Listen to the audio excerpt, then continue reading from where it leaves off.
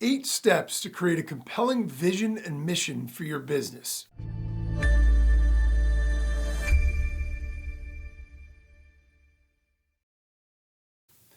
The mission statement, the vision statement. I've seen a wide range of opinions about mission and vision statements in business. Obviously, there are movies that make fun of this very idea. A company has a mission, they have a vision, and they refer to it, but it's oftentimes, when it's created as a parody, it's basically a bunch of words that don't mean anything. And in its worst form, certainly that's a possibility. We could jot down anything on a mission or a vision statement, call it that, and basically have it mean nothing. And that's certainly possible. However, despite the fact that they could be the punchline of jokes and they could be mocked, they can also be taken seriously. And if they're taken seriously, they can create a unified organization. But part of that comes from the fact that whether or not the mission and vision have meaning, whether they make sense, and whether they're congruent with what we're trying to do as a business. If they're just sort of checked off a list because we knew we needed to create them, and they're put together sloppily and haphazardly without any real thought, and a bunch of words that are sort of generic and could fit any business, they don't really mean anything. And in fact, in those cases, it actually detracts from the idea. Probably better off to not even have one. But regardless of whether we feel one way or another about them when we hear the words vision statement or mission statement, it is very important to actually have a clear sense of purpose for any business and a clear sense of direction and goals. If we don't know where we're going, it's hard to know when we ever get there. And if we just assume that we're in the business of producing X, Y, Z product and selling it, or providing this service to people, and that's basically all we are, then we've reduced ourselves to a transactional organization. The problem with that is we aren't going to attract top talent. We aren't going to get people that want to be on board for any period of time. And if they get a better opportunity, they're going to take off, because there isn't anything that they're buying into that's bigger than the idea of just selling widgets. If all we're doing is transacting business, product for money, money for product, and at the end of the day, there's no end game to it. There's no ascension. There's no goal other than let's sell more, let's get bigger. That isn't something people can rally around. The owner might be okay with it because they're the owner and they're going to financially benefit. But everybody else on the ship wants to know what's going on and what is the purpose of this. And when they find something better, they'll ultimately leave. The great example of this in movies, obviously it's a little bit far-fetched, but in the movie Jerry Maguire with Tom Cruise and Renee Zellweger, he's basically a sports agent.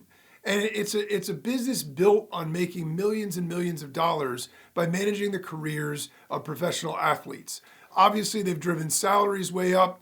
And again, regardless of how we feel about sports agents, the movie is basically about a day where Jerry Maguire, played by Tom Cruise, has sort of an epiphany. He feels really bad about one of his clients because the guy's got a bunch of concussions. But in his contract, he has to keep playing in order to get his bonus. So all he cares about while he's laying in the hospital bed is whether or not Doc can patch him up enough to go and play. And the guy's son is in the room. And when Jerry leaves, the kid follows him. And the kid basically says, in more colorful language, you're a jerk. Basically all you care about is money. You don't care about my dad. This is my father. I want him to be okay. I want him to be healthy. And so he has this epiphany and he writes a mission statement. And it's not even actually a mission statement, which is ironic, but he writes a mission statement and then he ends up getting fired because he basically says, hey, we don't want as many clients. We want to give more care. And so somebody else who's there, played by Renee Zellweger, hears him say this and sees all this stuff, sees him get fired. She believes so much in what he's doing that even though he doesn't have a company yet, he doesn't have a business, he doesn't have a way to pay her, she goes with him because she believes so much in the cause. She left the money back, left the raise, left everything else, and went with Jerry because of the cause. So it's a long-winded way of saying a vision and a mission can matter quite a bit if they're done right. So when we have that, we can use it to govern our decision making. It'll help us create a focus and a unified image to the world as well. So we can call it anything we like, as long as we have it thought through and developed. So creating a clear and compelling mission and vision is crucial for any entrepreneur. And the question comes down to, how do we do it? So, these statements not only guide our strategic planning, but they inspire our team and they communicate our purpose to our customers, stakeholders, but also potential employees. If we're looking to hire somebody, wouldn't it be better to hire somebody that shares our vision and our mission for what we want to do in the world? You're not going to need to fight to motivate those people because they already believe in what we're doing. That's crucially important. So here's how we can craft an effective mission and vision statement for our business. Now, the first thing is it's really important to understand the difference between a mission and a vision. A lot of times these things are used interchangeably, but they're actually not. So again, regardless of what we want to call them, it's important to understand what the differences are. So the mission statement describes what the business does, who it serves, and how it serves them. It focuses on the present and it embodies the company's purpose. Okay, so that's basically what the mission statement is. The vision statement outlines what the business wants to achieve in the future. So that's forward-looking, it's aspirational. It serves as a guide for where our company is heading. And so it's important to understand the difference between the two before we even get started. Now, the second step in sort of the 8-step process, if you will, is to reflect on our core values and our purpose. So we need to understand what it is that we want to stand for.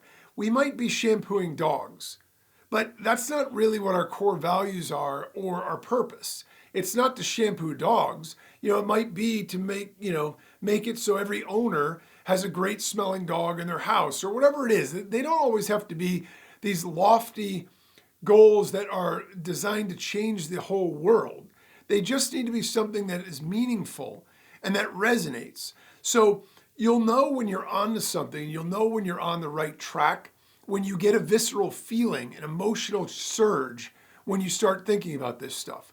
If everything looks good and the words are laid out eloquently and it looks really good, but when you say it, it's hollow, it's flat, there's no emotion, then it's probably not the right mission. It's probably not the right core values or the purpose, because the fact is, it should be emotionally inspiring.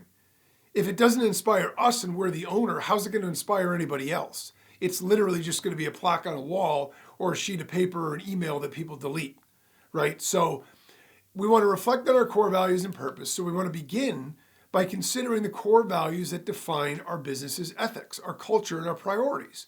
So what is it that we want to stand for? What is it that we refuse to do? What is, what's the culture we want to have in our business? Do we want it to be fun and lighthearted? Do we want it to be serious? What are the things that matter? Teamwork or, proactivity and we can have multiple things. The issue is we need to make sure we don't have things that are in conflict with each other, right? So we can't foster total competitiveness and total teamwork. It doesn't really make sense. If people are going to be competing against each other for raises and jobs, then they aren't really going to work together, because why would they want somebody else to succeed, right? So we need to think this through and make sure that it makes sense even as well. And we can reflect on why we started our business in the first place. Like, what is it that we wanted? What problems did we aim to solve? And what kind of impact did we want to have? Like, what is the thing when we set out to do this? In some cases, it might be as simple as, look, I didn't want to work for my boss anymore, so I put out a shingle because I want to run my own business and have my own freedom. But oftentimes, the reason we start the specific business we do has a deeper meaning than that. And even if it doesn't, we can think about what it could be. If that's the reason we started it, so be it. There's nothing wrong with that. But now it's important to come up with something that would inspire us. What's going to keep us going through tough times? What's going to get everybody pulling in the same direction? What's going to have people working for us when we aren't there, and knowing that we can trust that they're working in the right way? When we have this foundation laid out, that's exactly what it is. We don't need to babysit. We don't need to look over people's shoulder. We don't need to micromanage each and every interaction that they have or each and every task that they do. So it helps us align our mission and our vision with our personal and business aspirations. That's vitally important. The third thing that we want to do is we want to identify our business's strengths and our unique selling propositions. So if we have a dog grooming business, and one of the things that we have is we have a mobile van that can go to people's houses. Well, that could be something that is, a business strength and a unique selling proposition because we come to you. If, whatever it is, if we have a free nail clipping with ours, or you get a bow in your hair, or we do portraits of your pet at the same time, or whatever it is, any of those kinds of things that make us different from the competition, that set us apart. Maybe we have immediate scheduling where we have same-day service or something like that. I know for plumbers in my area and electricians, that's one of the big selling points. Some of them emphasize it's 24/7 because otherwise, if you have an emergency, and that's a lot of times when people call, you're not going to get any value out of that if it's a weekend and they're closed. So identify whatever the business's strengths and unique selling propositions may be. And these things, by the way, can take time. They're simple in terms of their answer, but the iterative process to get to that answer is not always as straightforward, as easy, or as quick. Sometimes we actually have to stew on these things and think about them. You have to put it in the back of your mind and think about it for a day, 2 days, a week, sometimes weeks before it crystallizes. And when you're thinking about it, every action you take every day, you're constantly going to be modifying it. You're constantly going to be pushing against it and testing it. And that's going to help you galvanize it and figure out what the exact unique selling propositions and advantages your business has in terms of strengths. If we consider what makes our business unique, these things can be anything from like our approach to what we do. It could be the technology that we use. It could be the team. I know, look, in the insurance business, it's a very mature market. It's been around a long time. The players are all big and established. And a few disruptive players have come out in the last few years. Why? Because they've been able to offer technology that does the vast majority of the work that humans used to do. So they've taken the discomfort part of the insurance business where people have to go and sit with an agent or do this or talk to them on the phone, put it all online, a few clicks, you can get your quotes and everything else, and they made it point and click easy. It's disruptive technology. That was their unique selling proposition. Look, they were never going to be as high touch as some of these other places, but they had their own niche. And some of them actually got bought out by the bigger players when they realized, hey, this is a threat to our business. Or this is something that if we brought it under our umbrella, we could build it even bigger. So maybe that's a strength. Maybe it's our team. Maybe we have unique people on our team that nobody else has. They have a unique skill set, unique background, unique education, unique contacts, whatever it is. Maybe they have connections somewhere. Or understanding of the customer. Maybe we have a way to understand our customer better than our competition does. They think they do, but we know the ins and outs of our customer. We know everything about them. We know exactly where they hang out. We know what their dreams are, their goals, their fears, their worries, and all that other stuff. If we know that, then we are in a better position to be able to serve them. If we highlight these in our mission and our vision, then we can differentiate our business from competitors by doing that. And so all of this stuff is about, hopefully it's becoming clear as we go through it, all this stuff is about figuring out what we can be world-class or best in the world at, or best in our area for a local business, and do better than the competition that's hard for the competition to be able to duplicate, and that is something that has enough of a higher purpose that people will latch onto it emotionally and feel like they want to be part of it because of what we stand for. A company that jumps to mind when I think about this is Bombas, right? They make socks. Everybody makes socks. There's nothing unique about that. But for every pair that's purchased, they donate a pair.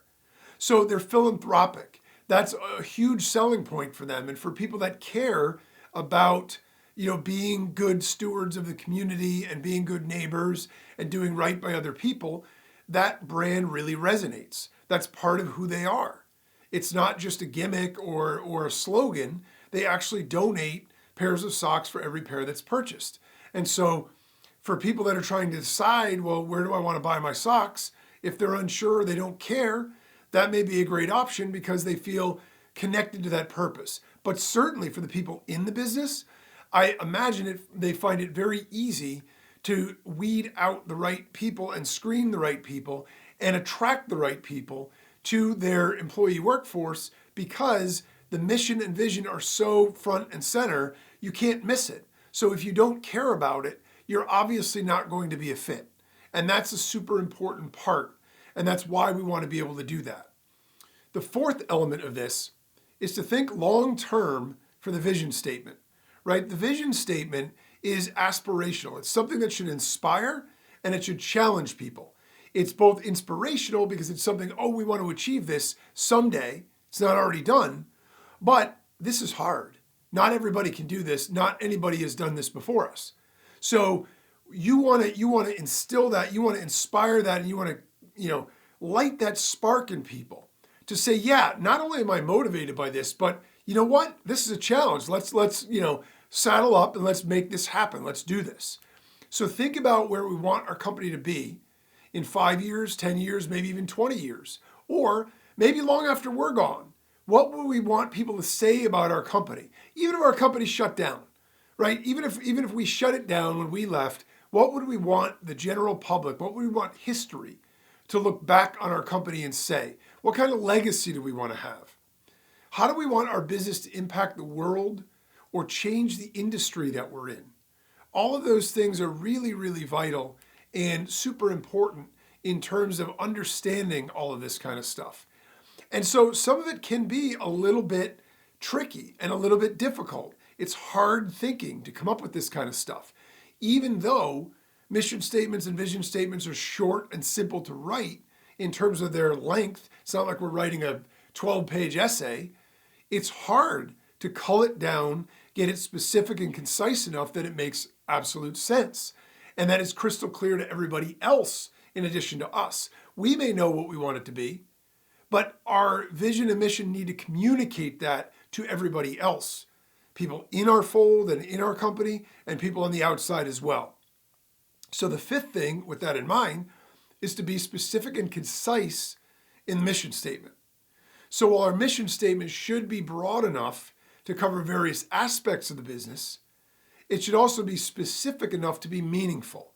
If we make things too broad, they're so general. And the general rule about this, the way that you can tell, is if you can take your mission statement and you can apply it to a bunch of other businesses, it's not good enough. That means it's too generic. That means there's 100 other companies that might have the same mission. We want to use clear, concise language that encapsulates our goals and it encapsulates our methods. So it's more specific than that and it's unique to us. We don't want it to be something that somebody else would be able to copy verbatim, word for word, and have it be just as meaningful or just as applicable to what they're doing. We want there to be something unique about it that makes us stand out and makes it something that's more about us and our company. And the sixth thing is to make them memorable. The more memorable that we can make those statements, if they're very easy to remember, they're easy to instill. If somebody needs to look down at the chart or look down at the email or look up at the banner or the flag or whatever every time to understand the mission and the vision, it's going to be really difficult to get people to rally behind that because they can't even remember it, let alone rally behind it. If it's something that is emotionally stirring and it's simple and easy to remember, then everybody in our business, in our company, like employees, outsourcers, whatever, they're going to have a very easy time remembering it and staying aligned with it. And it'll be in the back of their mind when they act, when they do stuff. And that'll help it stay aligned with our core goals.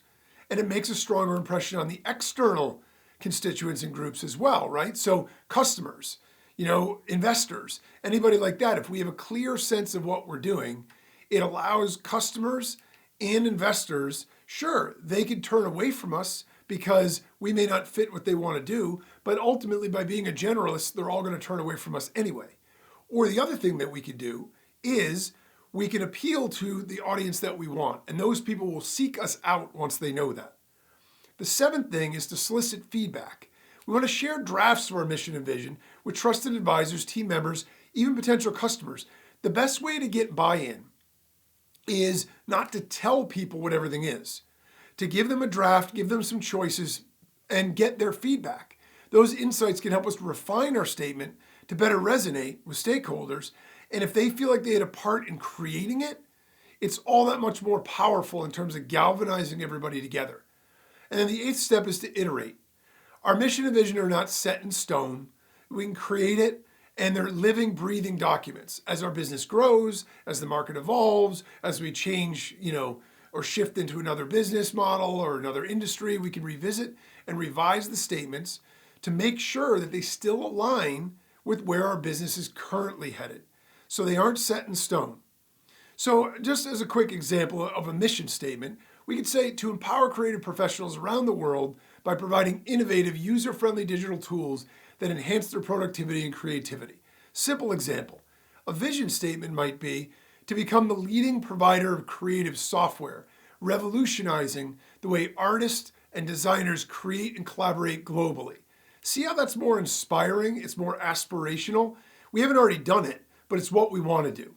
By carefully crafting our mission and vision statements, we set a strong foundation for our business's strategic decisions, culture, and identity. So the takeaway here is that we can call it whatever we will, mission and vision or whatever we like, but it's crucial that we create an end in mind for what we want our business to do, be, accomplish, and be perceived as. If we don't do this on purpose, circumstances will do it to us by accident. It's far better to decide what to do and where we want to go and chart a course to get there. This way we can measure success, make adjustments, and someday end up exactly where we want to be.